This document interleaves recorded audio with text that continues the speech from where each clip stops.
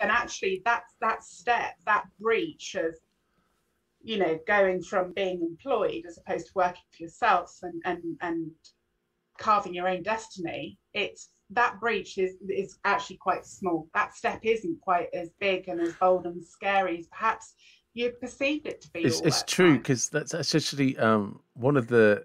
There were lots of reasons why I started a podcast, but one of the reasons that was in that big bundle of reasons was to get used to being rejected.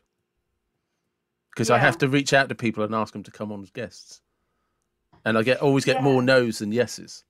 And I like coming on to the New Forest Commerce where I met you. There's a group of people. It's just like, actually, I'm looking for guests for a podcast, and everybody in that moment, you're aware, is making their mind up about you. Yeah.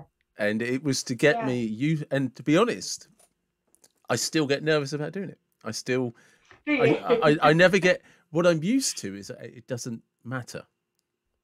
That's the only thing I can explain. I still get nervous about reaching out, messaging people. And I noticed today I was procrastinating. So I messaged loads of people asking if they'd come on the podcast. Right. And what I've got used to is that it's never as bad as I make it out to be in my head. Yeah. The experience is nowhere near as bad as that. But I can still, to this day, get into a bit of a mess about it in the build-up to doing it.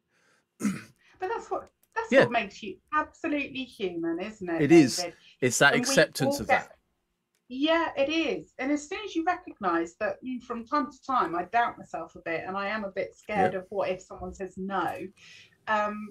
And that's not personal. It's got nothing. It's just nothing to do with you. Nothing. It's none of your business even.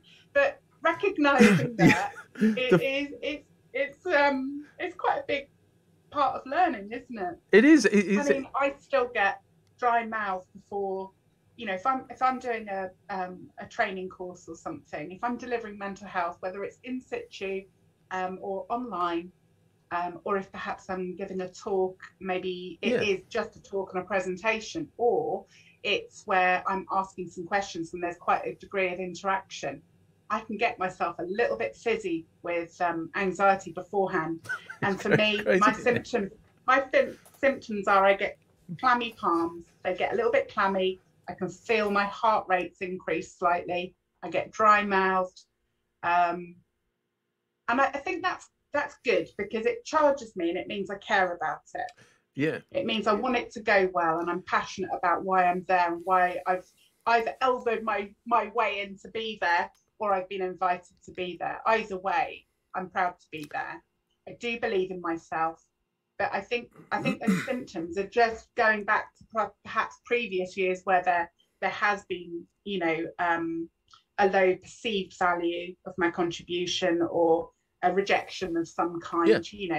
Those are natural parts of our psychological development, and so those habits and those instincts resurface every now and then. And as the older we get, as long as we check in with ourselves regularly, we learn how to manage that. You learn how to manage your procrastination.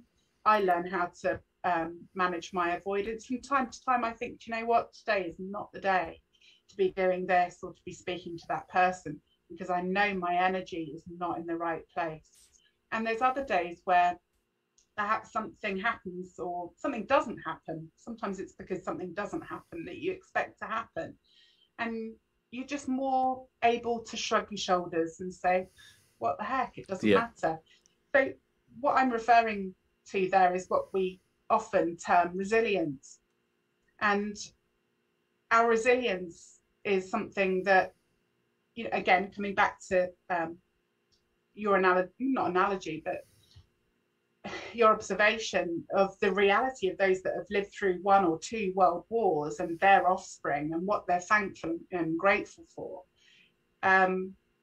Resilience and tough it up, you've fallen over, you've cut your knee, tough it out, get on with it, stiff British upper lip.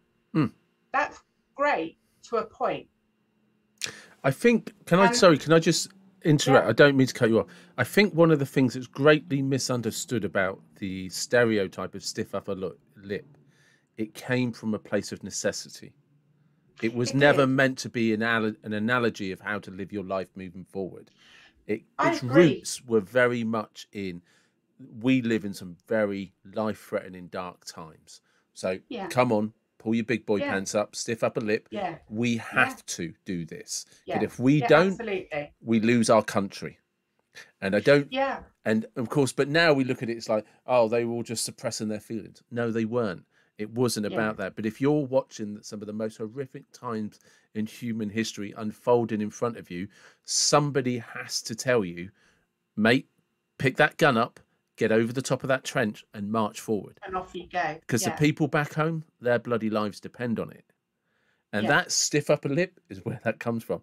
Because the other choice was even worse, if that's imaginable for you and I. Sorry, because I didn't mean to cut you off there. No, I'm really thankful you've mentioned that. And I've actually gone slightly goosebumpy listening to you there.